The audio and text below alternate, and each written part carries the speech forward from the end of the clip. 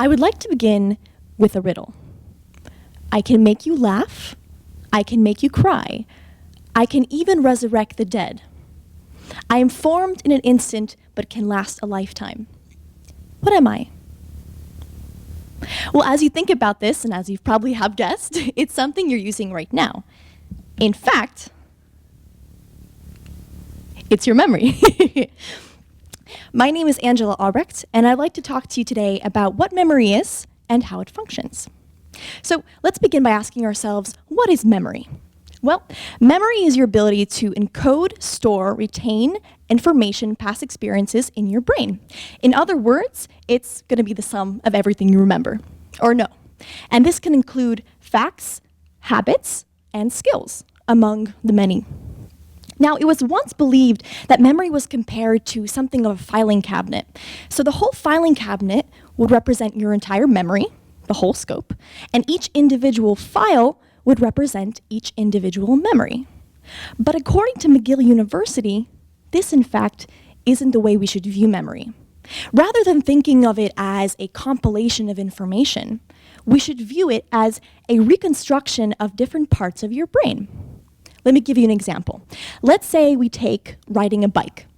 The memory of how the bike actually functions, how it works, is going to come from different parts of your brain versus the memory of remembering how to ride your bike is going to come from different parts of your brain versus, you know, that really scary feeling you get when a car just veers a little bit too close to your bike?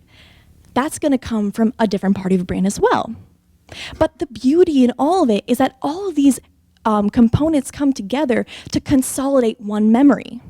And Professor Dupac of McGill University says that we do it so efficiently that we're not even aware of it. Okay, so I mentioned about what memory is. Let's dive into how it works. What are its functions? So according to Simply Psychology, there are 3 steps. We have encoding, storage, and retrieval. Let's dive into encoding. So everything begins in your hippocampus, which is this little shaped region in the center of your brain. And your hippocampus is responsible for forming new memories. And it does so by taking information from your environment visually, acoustically, and semantically, meaning by language. And what it does is it takes this information and it translates it into something that your brain can store. Okay, so the second step, according to Simply Psychology, is going to be storage, your ability to retain this information. And storage is going to be dependent upon 2 factors. The first is capacity. So how much information are we being asked to remember? And the second is going to be duration. How long are we being asked to remember this information for? Okay, so we have encoded this information, it's stored, and now we have to bring it all back. And we do so with retrieval. And retrieval is going to be different in 2 different kinds of memory. In your short-term memory, you're going to be able to retrieve or recall this information by sequence, so sequentially. Let's say if I gave you a list of 10 numbers, 1, 2, 3, 4, 5, 6, 7, 8, 9, 10, and I asked you to remember them, you would probably retrieve this information in the order that I told you. If I asked you, what is the 7th letter of the alphabet, you would probably remember A, B, C, D, E, F, G in the order that you learned the alphabet, by sequence. And then in long-term memory, this is going to differ because we are able to retrieve information through association. So if I asked you, what does the word coffee make you think of?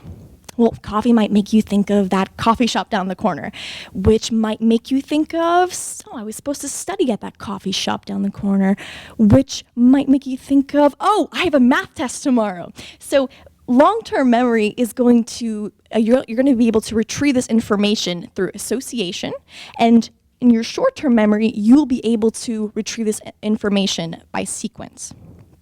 Okay. So we talked about how memory is not a filing cabinet of information.